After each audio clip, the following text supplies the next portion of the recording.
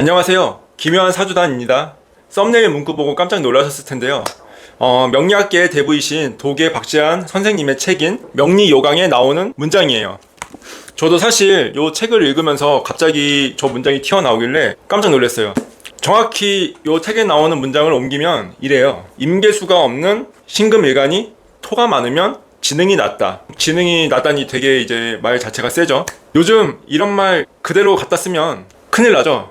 그냥 물 없고 토 많은 신금일간은 머리가 나쁘다라고 들리니까요. 저도 처음 읽었을 때 아니 대체 무슨 근거로 이렇게까지 말하는 거지? 라고 이제 생각을 했는데요. 그래서 독일 선생님이 1900년대 분이신데 이 당시 상황에 맞춰 왜 이런 말이 나왔는지 한번 오늘 따져보고자 합니다.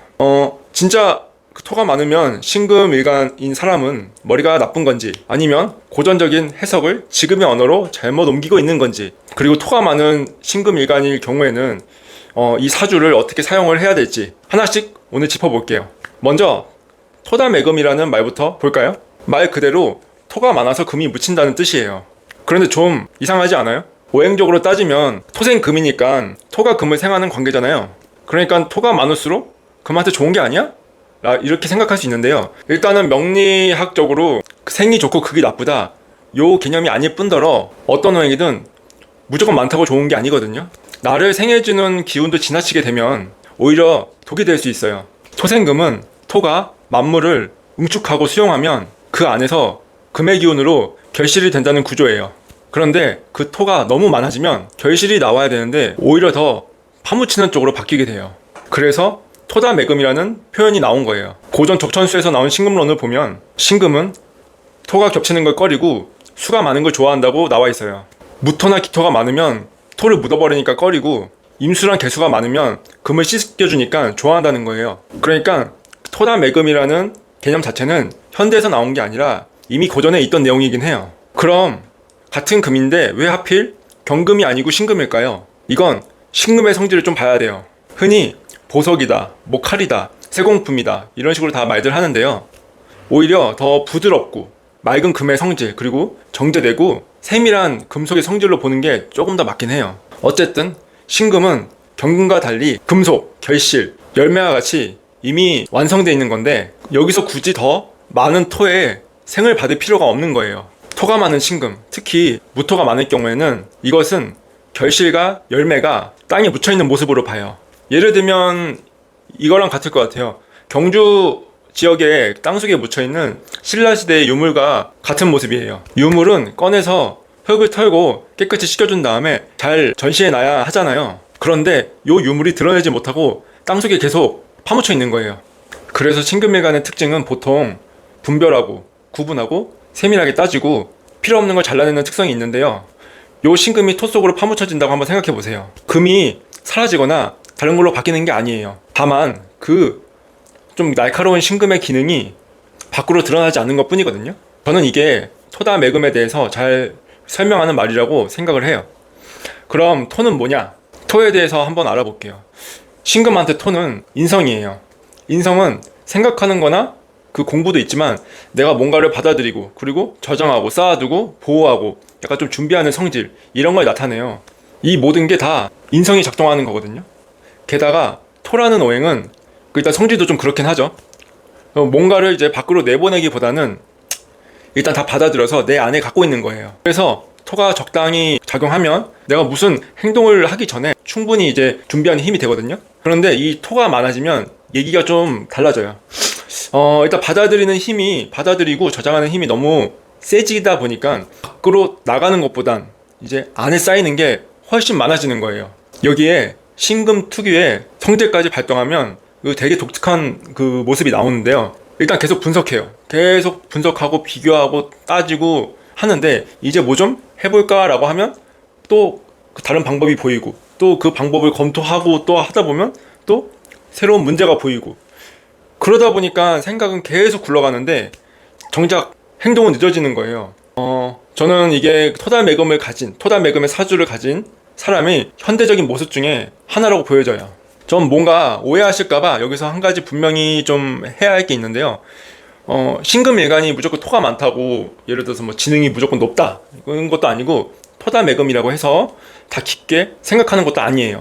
이거는 솔직히 명식 정체를 좀 봐야 되긴 하는데요. 어떤 토인지, 그리고 어떤 계절에 있는지, 신금의 상태가 어떤지, 그리고 수가 진짜 하나도 없는지, 지장간의 수는 어떻게 작용하는지, 뭐 목이 있는지, 화는 어떤 역할인지, 이것도 솔직히 다 봐야 하는 그런 문제긴 하거든요. 제가 지금 하고 싶어 하는 얘기는 딱 하나예요. 지능이 낮다는 말을 지금 시대의 개념으로 바로 옮기면 안 된다는 얘기예요. 이 말이 나왔던 당시 사회 환경을 한번 생각해 볼 필요가 있을 것 같아요. 그럼 이해가 훨씬 쉬워질 것 같은데, 일단 명리요강을 쓰신 박재환 선생님은 1900년대에 계셨던 분이죠. 옛날 전통사회에서 대부분의 사람은 지금처럼 모두 정규 교육을 받거나 아니면 책과 인터넷을 통해서 정보를 습득하거나 뭐 다양한 직업을 경험하거나 그런 시대가 아니었어요. 특히 농경사회에 태어나면서 내가 속한 신분이나 또는 이제 집안의 가업 아니면 지역 공동체 안에서 이제 평생을 살아가는 경우가 많았죠. 따라서 그 시대에 살았던 사람의 능력을 평가할 때 지금처럼 뭔가 추상적인 문제 해결 능력이나 뭐 추론 능력이나 뭐 이런 걸 따로 특정하지를 않았어요. 뭐 그렇게 엄청나게 필요하지도 않았고요. 대신 제일 중요한 거는 뭐였냐면 말귀를 얼마나 잘 알아듣냐, 시킨 일을 얼마나 빨리 배우고 얼마나 빨리 처리하는지, 그리고 눈치가 빠른지, 이런 것과 같은 약간 조금 실생활의 반응 속도와 같은 판단력을 조금 더 우선시했을 거란 말이에요. 농사나 아니면 단순 반복 노동을 하던 시대에 이 토다매금의 사주를 가진 사람한테 일을 시키면 뭔가 생각만 엄청 하고 그냥 처리하면 될걸? 두세 번 따져본다든지, 그럴 때마다 그러면 당연히 일 처리가 밀리고 지연되고 하겠죠. 그러면은 그 당시 사람들이 보기엔 이 사람이 되게 일머리도 없고 말귀를 못 알아듣는 사람처럼 보였을 거란 말이에요. 그래서 아마 지능이 낮구나 라고 그렇게 보였을 것 같아요. 제 생각에는. 공퉁보감에 나온 신금론에서는 이렇게 말하는데요. 그 토가 두꺼워서 금이 묻힌 사람은 우둔하고 나약하다라고 이제 적어놓은 그런 대목이 있어요. 이거는 처음에 말했던 그 지능이 낮다라는 말과 좀 비슷한 것처럼 보이죠. 그런데 그 뒤가 진짜 중요해요. 간목 하나가 투출하면 뭔가를 창립하는 사람이 된다라는 설명이 바로 나오거든요. 좀 이게 결정적이긴 해요. 왜냐면 고서가 정말로 토가 많으면 선천적으로 지능이 낮다라는 뜻으로만 썼다면 그 솔직히 간목 하나 떴다고 무슨 그 사람이 사업을 세우는 무슨 그 창립자가 된다든지 그러진 않을 거 아니에요. 앞뒤가 좀 안 맞기도 하죠. 오히려 이 문장은 토가 너무 많아서 금이 제 기능을 못하는 사주의 경우 이 토의 기운을 뚫어주는 뭔가가 이제 오행이 나오면 제 기능을 발휘할 수 있다. 오히려 이런 뜻으로 보여지거든요. 명식의 구조가 그 사람의 지능은 이렇다라고 못 박는 게 아니라 어떤 기능이 지금 어떻게 막혀 있고 뭐가 뭐면 그게 풀리는지를 그거를 나타나는 문장으로 보여요. 여기서 다시 그 처음에 말했던 명리요강의 문장으로 한번 돌아가 볼게요. 왜 하필 임계수가 없다는 조건을 붙였을까요? 신금한테 수는 식상이에요. 일단 금생수이니까요. 근데 인성이 받아들이고 저장하는 쪽이면 식상이라는 거는 약간 밖으로 꺼내는 거죠. 좀 말하고 쓰고 또 그 표현하고 또 결과물을 내고 행동으로 옮기는 거예요. 물론 요 식상을 그냥 행동이라고 말할 수도 있지만 신금이 자기 기운을 흘러보낸다는 관점에서는 안에 머물러 있던 게 밖으로 흐른다고 볼 수 있어요. 그렇죠? 그런데 토가 많은데 수가 없으면 어떻게 될까요? 받아들이는 힘은 센데 흘러보내는 힘은 약한 거예요. 생각은 하는데 표현이 늦고 준비는 많이 하는데 시작이 늦어질 수 있는 거예요. 내 안의 생각이 밖으로 나가는 과정 자체가 막힌 상태로 읽는 게 훨씬 자연스럽다고 저는 그렇게 생각해요. 그러면 여기서 수기운이랑 목기운의 역할을 조금 더 구체적으로 한번 알아볼게요. 먼저 수, 신금한테 수기운은 식상이죠. 그리고 오행적으로 보면 금의 기운을 밖으로 설하는 통로예요. 오전에서 보면 무토가 많아도 임수가 충분하다면 오히려 그 토를 촉촉하게 해서 금을 기를 수 있다고 나오거든요. 그러니까 수는 금의 기운을 밖으로 흘러보내기도 하고 건조하고 막힌 토를 좀 적셔주기도 한다. 이렇게 볼 수 있겠습니다. 목도 볼게요. 목은 신금에게 토라는 인성을 이제 극하는 재성이에요. 그래서 토가 많은 상황에서 그 목 기운이 토를 헤집고 아래 뿌리를 내리게 되는 거예요. 그 토 안에서 길을 만들게 되는 거죠. 목 기운이. 그 토다매금의 명식을 가진 사람의 운에서 수기운이나 목기운이 들어오면 꽤 큰 변화를 느낄 수 있어요. 왜냐면 안에만 머물러 있던 게 밖으로 흐를 수 있는 환경이 운으로부터 만들어졌으니까 좀 변화를 느낄 수밖에 없겠죠. 물론 다만 그 운이 들어온다고 해서 무조건 다 해결되는 건 아니고요. 명식에서 수의 뿌리나 뭐 세력 아니면 토의 상태 뭐 계절까지 다 같이 봐야 하는데요. 뭐 어떻든 보통은 좀 그렇긴 합니다.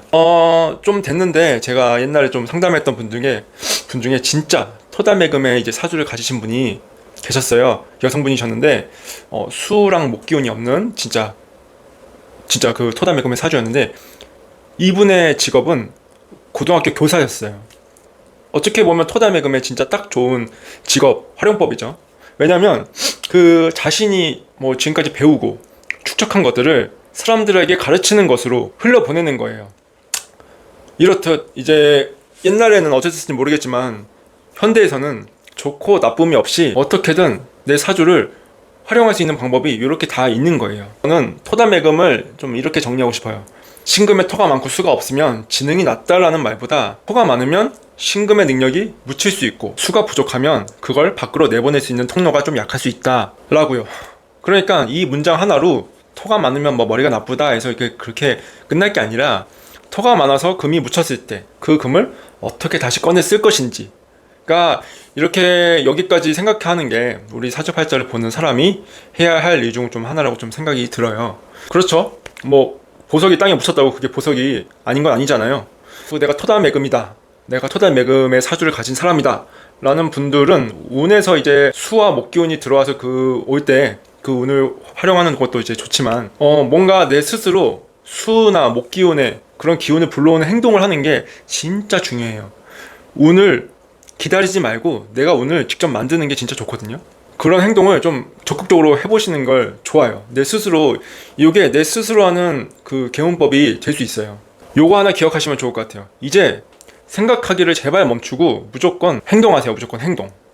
자, 오늘은 그 독일 박재환 선생님 쓰신 명리요강에 나온 한 문장에서 시작해서 토다메금이라는 사주의 구조를 쭉 풀어봤습니다. 다음에도 명리서에 적힌 문장 같은 거를 또 갖고 와서 왜 그런 표현이 나왔는지, 그리고 실제 삶에서는 요 사주 명식을 어떻게 활용할 수 있는지에 대해서 또 다시 한번 알아보는 시간이 되겠습니다. 오늘 신금일간이신 분들 좀 깜짝 놀라셨을 텐데요. 자, 만약에 내가 토다메금이다 라고 하시면 생각하기를 멈추고 지금이라도 바로 요 이제 영상을 다 보신 다음에 내가 하고자 했던 일들을 바로 행동을 하시면 참 좋을 것 같습니다. 그러면 다음 시간에 뵙겠습니다. 감사합니다.